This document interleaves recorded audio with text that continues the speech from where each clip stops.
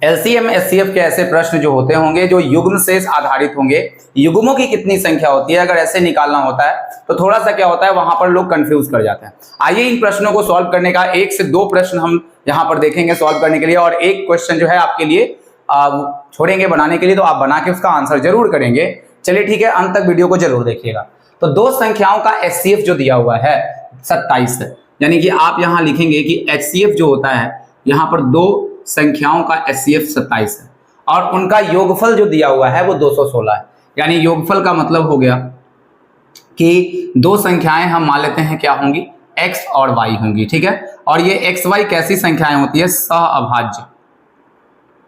ये संख्याएं सहअभाज्य, सहअभाज्य का मतलब आप बोल सकते हैं इसको को प्राइम नंबर, ठीक है। तो ये जो x y हमने संख्या माना है, तो यहां से दो चीजें आएंगी कि अगर उनका योग पूछा गया है 216, तो अगर एचसीएफ 27 है तो हम लिख सकते हैं उनका योग h into x plus y, direct लिख सकते हैं यहां से, क्योंकि x प्लस वाई और h में जो होता है उनका योगफल होता है। अच्छा, आप सोच रहे होंगे कि h into x plus y कैसे लिख दिया, तो हम लोग जब एचसीएफ होता है तो हम पहली संख्या को मानते हैं, पहली संख्या को हम लोग जो मानते हैं वो मानते हैं h इंटू एक्स, और यहां पर दूसरी संख्या को जो हम लोग मानते हैं, तो दूसरी संख्या को हम लोग मानते हैं h इंटू वाई। बात आप समझ गए होंगे। तो यहां पर हम डायरेक्ट लिख सकते हैं इन चीजों को कि पहली संख्या और दूसरी संख्या को अगर हम जोड़ें तो ये पूरा हो जाएगा h x plus h y, और इसको शॉर्ट फॉर्मेशन में हम देखेंगे तो h इंटू क्या लिखा जाएगा, x प्लस वाई।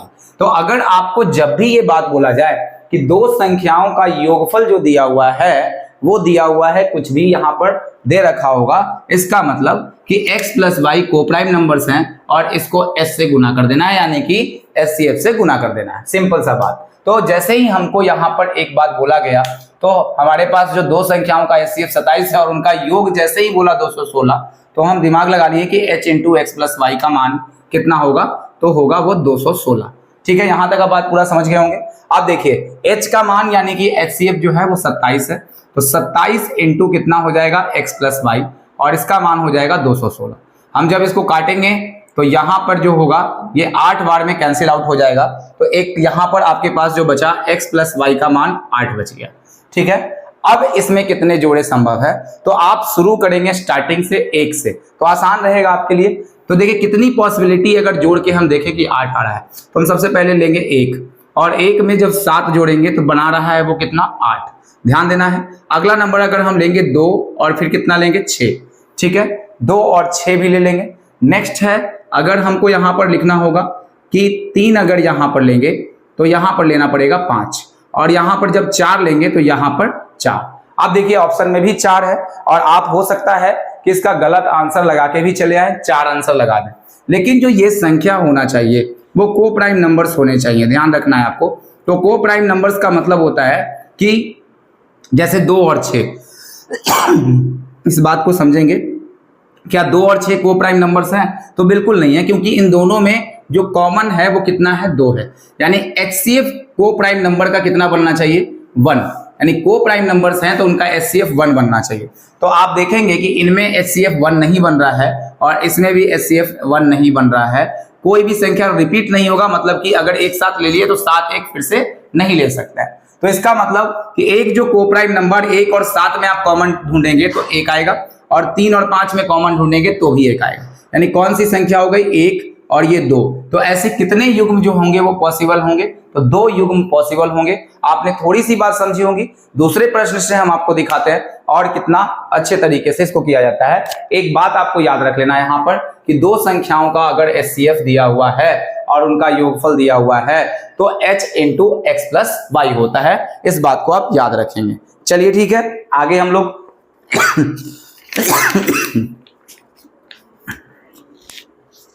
थोड़ा सा मैं यहां चेंज कर रहा हूं।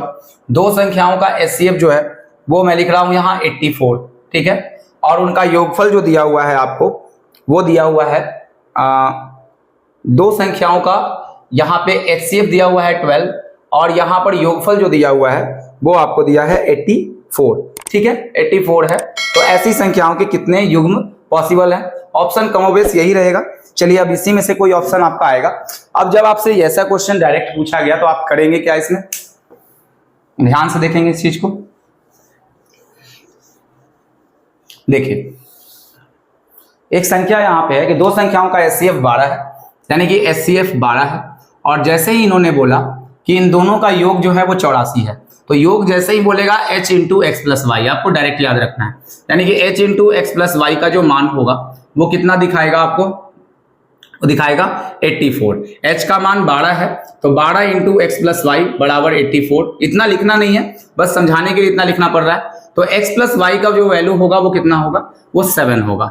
अब ऐसी स्थिति जो ढूंढनी है कि जोड़ के 7 दिखाए, तो हमेशा 1 से स्टार्ट करिए।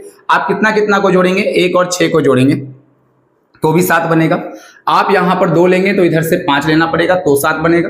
अगर आप यहां 3 ले लेंगे तो इधर से 4 लेना पड़ेगा तो 7 बनेगा। अब देखिए अगला कहानी जो बनेगा वो फिर आपको यहां से 5 और फिर रिपीटेशन होना शुरू हो जाएगा। आप इधर 4 लेंगे तो 4 और 3 7 होगा जो इसको रिपीट करेगा। तो रिपीट करने वाली संख्या को नहीं लेना है। अब इसमें ढूंढिए कि कौन सा पॉसिबिलिटी जो है जिसके बीच का HCF 1 है।